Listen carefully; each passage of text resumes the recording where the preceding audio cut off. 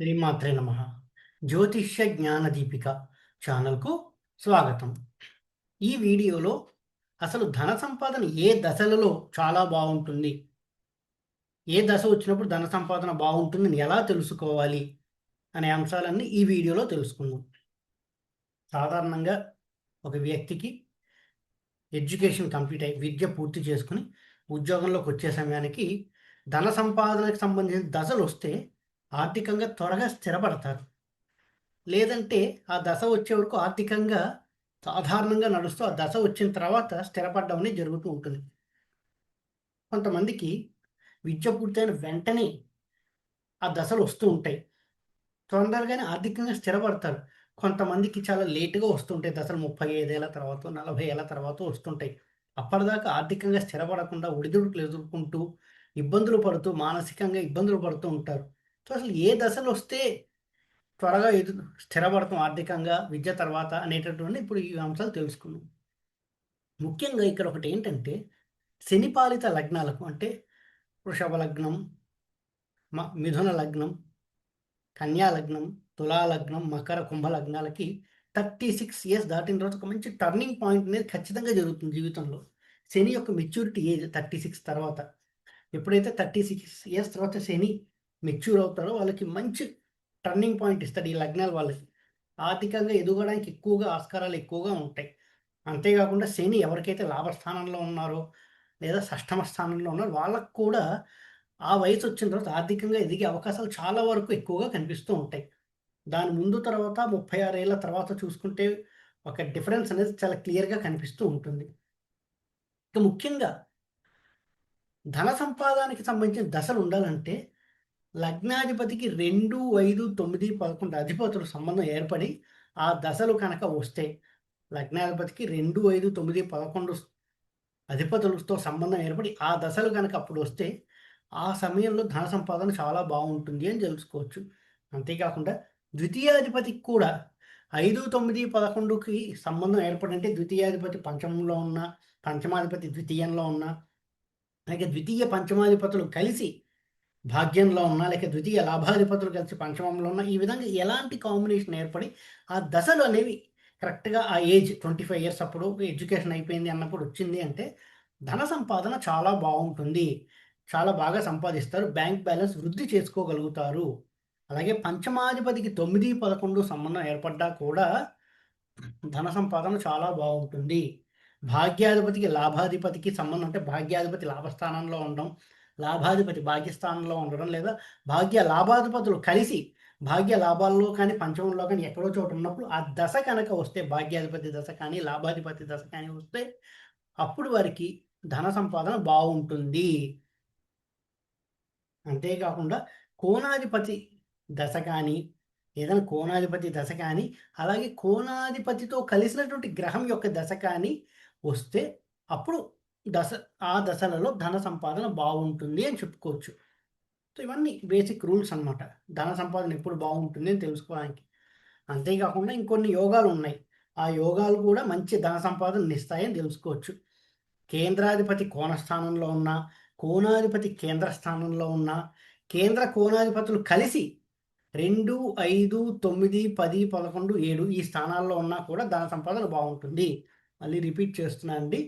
కేంద్రాధిపతి కోణస్థానంలో ఉన్న, కోణాధిపతి కేంద్ర స్థానంలో ఉన్న, అలాగే కేంద్ర కోణాధిపతులు కలిసి 2, 5, 7, 9, 10, 11 ఈ స్థానాల్లో ఉన్నా కూడా ఆ దశలలో ధన సంపాదన బాగుంటుంది. ఎందుకంటే కేంద్ర కోణాధిపతుల యొక్క కలయిక రాజయోగాన్ని ఇస్తుంది. సో ఆ కోణాధిపతి దశ కానీ కేంద్రాధిపతి దశ కానీ వచ్చినప్పుడు ధన సంపాదన చాలా బాగుంటుంది.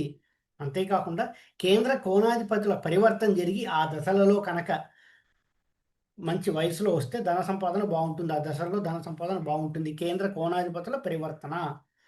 అంతేకాకుండా కేంద్ర కోణాధిపతుల పరస్పర దృష్టి ఆ విధంగా ఉన్నా కూడా ఆ దశల్లో ధన సంపాదన బాగుంటుంది. అంతేకాకుండా పంచమహాపురుష యోగాలు ఏర్పడి అది ఇంకా ఉచ్చ స్థితిలో కనుక ఉండి ఏర్పడి ఆ దశ, ఆ గ్రహము దశమంలో ఉండి ఆ దశ కనుక వస్తే ఖచ్చితంగా డబ్బులు బాగా సంపాదిస్తారు. పంచమహాపురుష యోగాలు అంటే ఏంటి? మాలవీయ యోగం, హంసయోగం, భద్రయోగం, రుచక యోగం, శశయోగం ఇటువంటివి ఏర్పడి ఆ గ్రహం ఉచ్చ స్థితిలో ఉండి అది దశమ స్థానం కనుక అయితే అప్పుడు డబ్బులు ఆ దశలో చాలా బాగా సంపాదిస్తారు అని చెప్పుకోవచ్చు.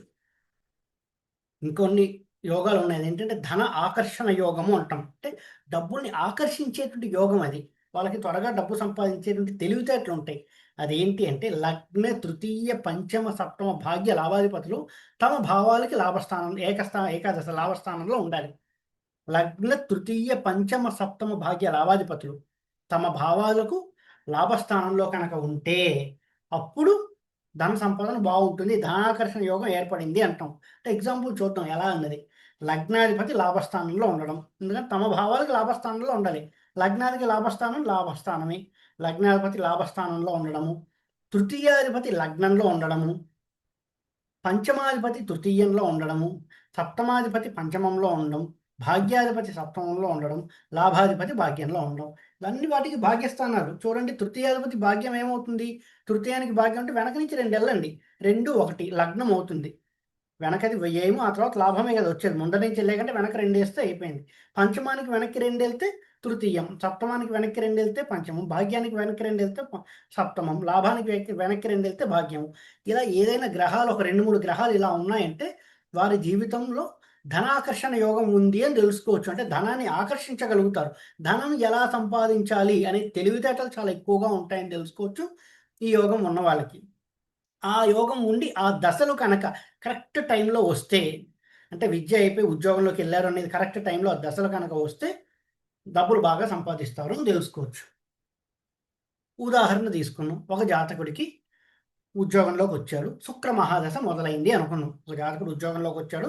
శుక్ర మహాదశ మొదలైంది అనుకున్నాం. ఆ జాతకుడికి శుక్రుడు ఉచ్చలో ఉన్నాడు, లేదా కోణ స్థానంలో ఉన్నాడు, లేదా కేంద్ర స్థానంలో ఉండి ఏ కోణాధిపత్యంలో కలిశాడు. అప్పుడు శుక్ర మహాదశ యోగిస్తుంది. శుక్రుడు ఉచ్చ స్థితిలో ఉండడం, లేదా కేంద్ర స్థానంలో ఉండి కోణాధిపతితో కలవడం, కోణ స్థానంలో ఉంటే శుక్ర మహాదశ 20 సంవత్సరాలు డబ్బులు బాగా సంపాదిస్తారు అని చెప్పుకోవచ్చు. లేదు, ఉద్యోగంలోకి వచ్చాడు. ద్వితీయాధిపతి దశ జరుగుతోంది అనుకుందాం. ఉద్యోగంలోకి వచ్చే సమయానికి ద్వితీయాధిపతి దశ జరుగుతోంది. ఆ ద్వితీయాధిపతి లగ్నంలో కానీ, ద్వితీయంలో కానీ, పంచమంలో కానీ, భాగ్యంలో కానీ, లాభంలో కానీ ఉంటే ధన సంపాదన బాగుంటుంది.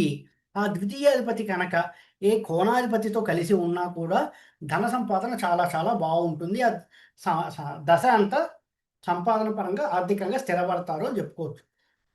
ఉదాహరణ జాతకం తీసుకున్నాం. ఇక్కడ కనిపిస్తున్నట్టు ఉదాహరణ జాతకం మన క్రికెట్ ప్లేయర్ ఎంఎస్ ధోని గారిది. ఆయన 2004లో ఇంటర్నేషనల్ క్రికెట్‌లోకి అడుగుపెట్టారు. 2002లో రాహు మహాదశ మొదలైంది. రాహు అక్కడెక్కడున్నాడు మనకి లాభస్థానంలో ఉన్నాడు. ఈయన జాతకంలో రాహు లాభస్థానంలో ఉన్నాడు. ఎవరితో కలిసున్నాడు? శుక్రుడితో కలిసున్నాడు. ఈ మిథున లగ్న జాతకం శుక్రుడు ఎవరు అంటే ద్వితీయ భాగ్యాధిపతి అవుతాడు. ద్వితీయ భాగ్యాధిపతి అయిన శుక్రుడు లాభస్థానంలో ఉండి రాహుతో కలిసి ఉన్నాడు. సో ఎప్పుడైతే రాహు మహాదశ మొదలైందో రాహులో శుక్రుడు ఆయన రాహులో శుక్రుల్లో రాహులో శుక్రుల్లో క్రికెట్‌లోకి ఎంటర్ అయ్యాడు. చాలా బాగా జరిగింది. రాహులో శుక్రుల్లో క్రికెట్‌లోకి ఎంటర్ అయ్యి డబ్బు సంపాదన మొదలైంది. రాహు అంతా చాలా చాలా బాగా జరిగింది. తర్వాత మరి గురు మహాదశ వచ్చింది కదా! గురుడు యోగించాడా? ఎలా యోగించాడో అని చూసుకుంటే చూడండి, గురుడు ఎక్కడున్నాడు? లగ్నంలో ఉన్నారు. గురుడు ఈ జాతకుడికి ఏమవుతాడు? చతుర్థ సప్తమాధిపతి అవుతాడు. కేంద్రాధిపతి అవుతాడు. లగ్నంలో ఉన్నాడు. ఎవరితో కలిసాడు? పంచమాధిపతి అయిన శనితో కలిసి యోగాన్ని ఇస్తున్నాడు. అంటే రాజయోగాన్ని ఇచ్చాడు. ఒక కేంద్రాధిపతి, ఒక కోణాధిపతి కలిసి రాజయోగాన్ని ఇచ్చాడు కాబట్టి గురు మహాదశ కూడా చాలా బాగుంది. అందుకే ధన సంపాదన చాలా చాలా బాగుంది ఈ జాతకుడికి అని తెలుసుకోవచ్చు. ఈ వీడియో కనుక మీకు నచ్చినట్టయితే లైక్ చేయండి. మీ ఫ్రెండ్స్ అందరితో షేర్ చేయండి. మరిన్ని వీడియో నోటిఫికేషన్స్ కోసం మా ఛానల్ సబ్స్క్రైబ్ చేసుకోండి. ఎవరైతే నా దగ్గర ఆస్ట్రాలజీ కోసం కన్సల్ట్ అవ్వాలి అని అనుకుంటున్నారో ఈ కింద కనిపిస్తున్న నెంబర్‌కి వాట్సాప్ ద్వారా కాంటాక్ట్ చేయొచ్చు. ఎవరైతే నా దగ్గర ఆస్ట్రాలజీ నేర్చుకోవాలి అనుకుంటున్నారో కింద కనిపిస్తున్న నంబర్‌కి వాట్సాప్ ద్వారా కాంటాక్ట్ చేస్తే ఆన్‌లైన్‌లో జ్యోతిష్యం నేర్పడం జరుగుతుందండి. జూన్‌లోనే క్లాసెస్ మొదలవుతాయి. ఇంట్రెస్ట్ ఉన్న వాళ్ళు వాట్సాప్ ద్వారా కాంటాక్ట్ చేసి వివరాలు తెలుసుకోగలరు. ఓం నమో నారాయణ.